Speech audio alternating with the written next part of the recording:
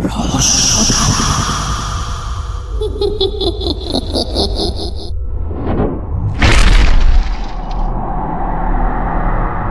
বন্ধুরা, রবিবারের এই সন্ধেবেলায় আমি অর্ক আপনাদের সবাইকে জানাই অনেক অনেক স্বাগতম।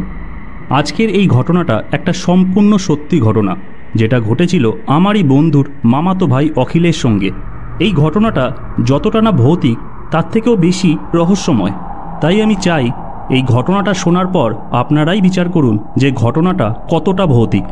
কারণ আজকের এই ঘটনাটা শোনার পর আপনাদের হয়তো অনেকেরই মনে হতে পারে যে আপনাদের জীবনেও এই রকম ঘটনা বহুবারই ঘটেছে, কিন্তু আপনারা সেই সময় সেই ঘটনাগুলোকে সেইভাবে গুরুত্ব দেননি। তাই আপনাদের সাথেও যদি এই রকম কোনো রহস্যময় ঘটনা ঘটে গিয়ে থাকে, তাহলে আপনারা সেইগুলি অবশ্যই আমাদের কমেন্টস বক্সে লিখে জানাতে ভুলবেন না। চলুন তাহলে এবার সরাসরি অখিলের ভাষায় এই ঘটনাটা একটু শুনে নেওয়া যাক।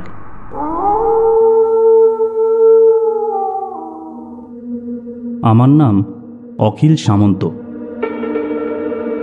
আর আমার গ্রামের নাম বাতকুল্লা।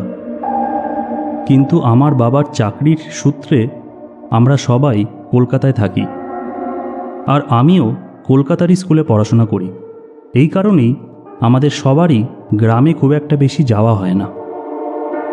গ্রামের বাড়িতে আমার কাকা জ্যাঠারা থাকেন, আর ওনারাই ওখানকার সমস্ত জমি জমা ও বাড়িঘর দরের দেখাশোনা করেন। বাবা ও মা 2-3 বছর পর পর একবার করে গিয়ে সবার সাথে দেখা করে আসেন, আর আমিও তখন তাদের সাথেই আমার গ্রামের বাড়িতে যাই। আমার বেশ মনে আছে 3 বছর আগে আমি শেষবারের মতো আমাদের গ্রামের বাড়িতে গিয়েছিলাম। তারপর আমার মাধ্যমিক ও উচ্চ মাধ্যমিক পরীক্ষার কারণে এই 3 বছর আমার আর গ্রামের বাড়িতে যাওয়া হয়নি। এরপর যখন আমার উচ্চ মাধ্যমিক পরীক্ষা শেষ হয়, তখন সেই 3 মাস ছুটির মধ্যে বাবা আবার আমাদের নিয়ে গ্রামের বাড়িতে যাওয়ার পরিকল্পনা করেন।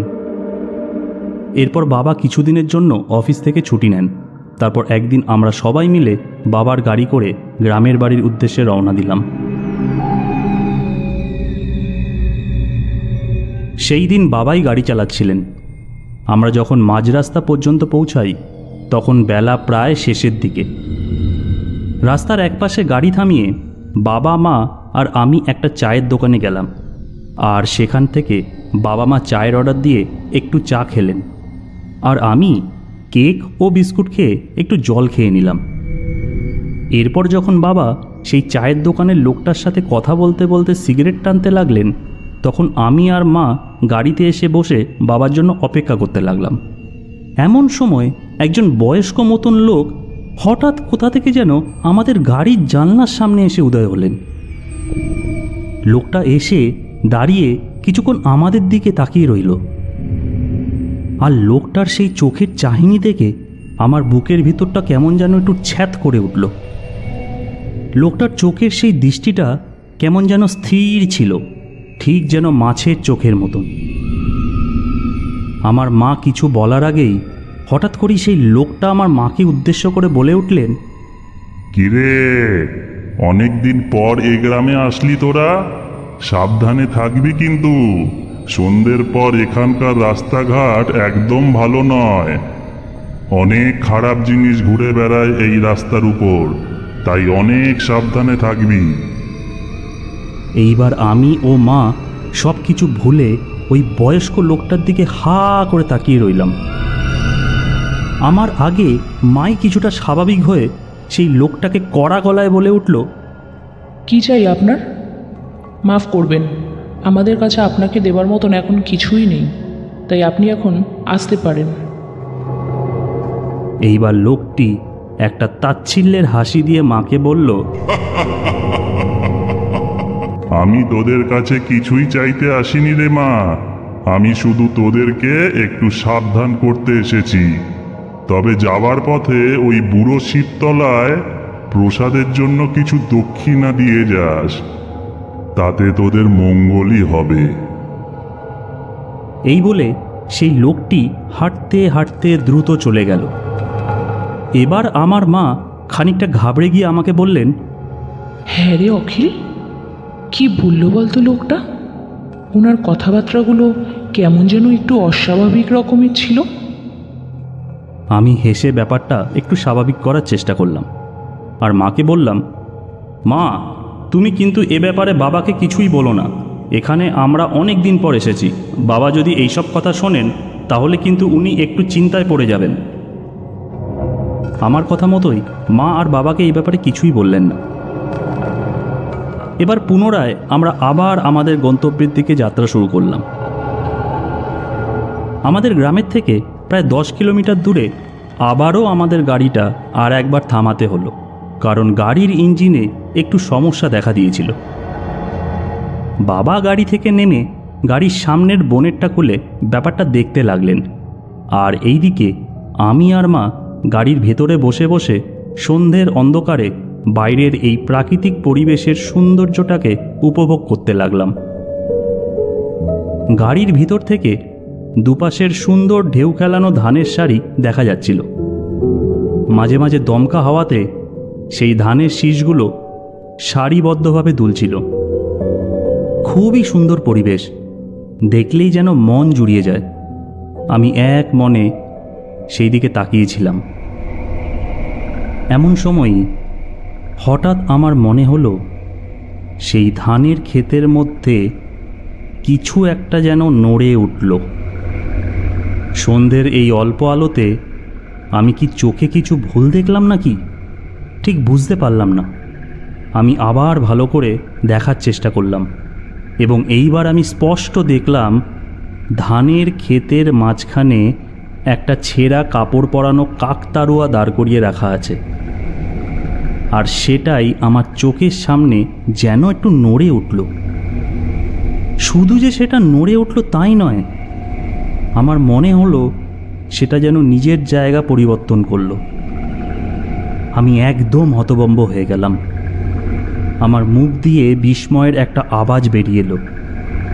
মা এই ব্যাপারটা লক্ষ্য করলেন। তিনি আমাকে একটা ধাক্কা দিয়ে বলে উঠলেন, কি রে, কি হয়েছে তোর? আমি বললাম, মা তুমি ওইখানে একটা কাকতাড়ুয়া দেখতে পাচ্ছ? মা ভালো করে বাইরের দিকে তাকিয়ে বলে উঠলেন, হ্যাঁ দেখতে পাচ্ছি, কিন্তু তাতে কি হয়েছে? আমি খানিকটা ভয়ে ভয়ে মাকে বললাম, মা ওই কাকতাড়ুয়াটা খানিকক্ষণ আগে নিজের থেকে হেঁটে এক জায়গা থেকে অন্য জায়গায় গিয়েছে। মা খানিকক্ষণ আমার দিকে তাকিয়ে রইলেন, তারপর তিনি আমাকে বলে উঠলেন, তোকে আমি কতবার বলেছি যে আমার সাথে এইসব ফালতু ফাজলামো করবি না, তবুও তুই আমার কথা শুনবি না, তাই না?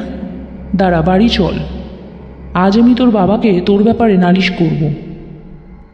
বন্ধুরা, বিশ্বাস করুন, সেই দিন আমি মাকে কিছুতেই বোঝাতে পারলাম না যে আমি ওনাকে মিথ্যে বলছিলাম না।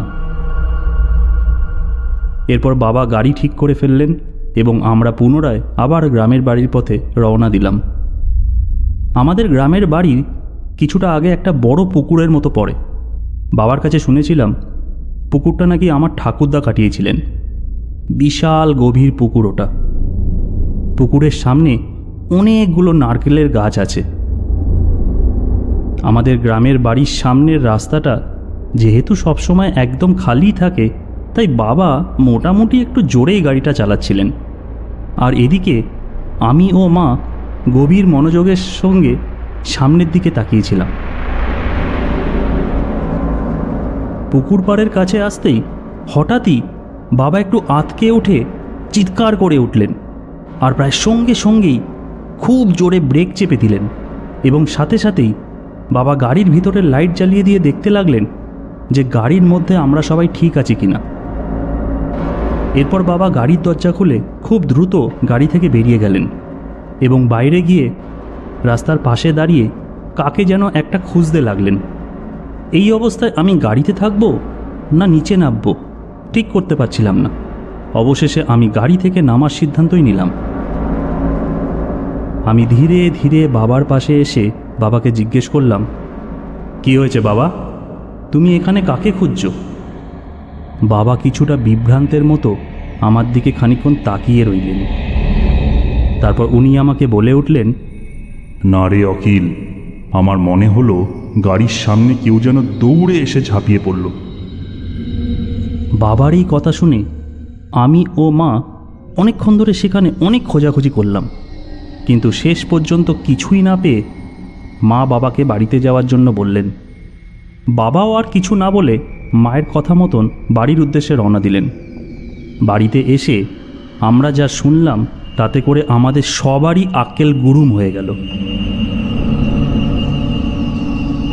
আমার জ্যাঠামশাই বাবাকে বললেন, পুকুর পাড়ের কাছে আজকাল এইরকম ঘটনা হামেশাই ঘটছে।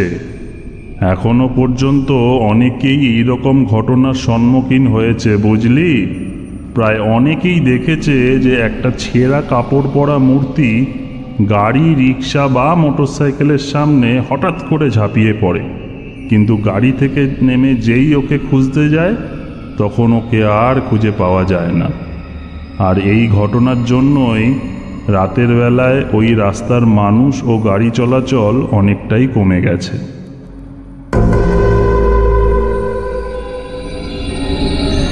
তো বন্ধুরা, অখিলের সাথে ঘটে যাওয়া ঘটনাটা আজ এখানেই শেষ হলো। ঘটনাটা আপনাদের কেমন লাগলো তা অবশ্যই আমাদের কমেন্ট বক্সে জানাবেন। চ্যানেলে যদি আপনারা নতুন এসে থাকেন চ্যানেলটিকে সাবস্ক্রাইব করে দেবেন। আবার দেখা হচ্ছে আগামী শুক্রবার ও রবিবার ঠিক সন্ধ্যে 6টায়। ততক্ষণের জন্য সবাইকে শুভরাত্রি।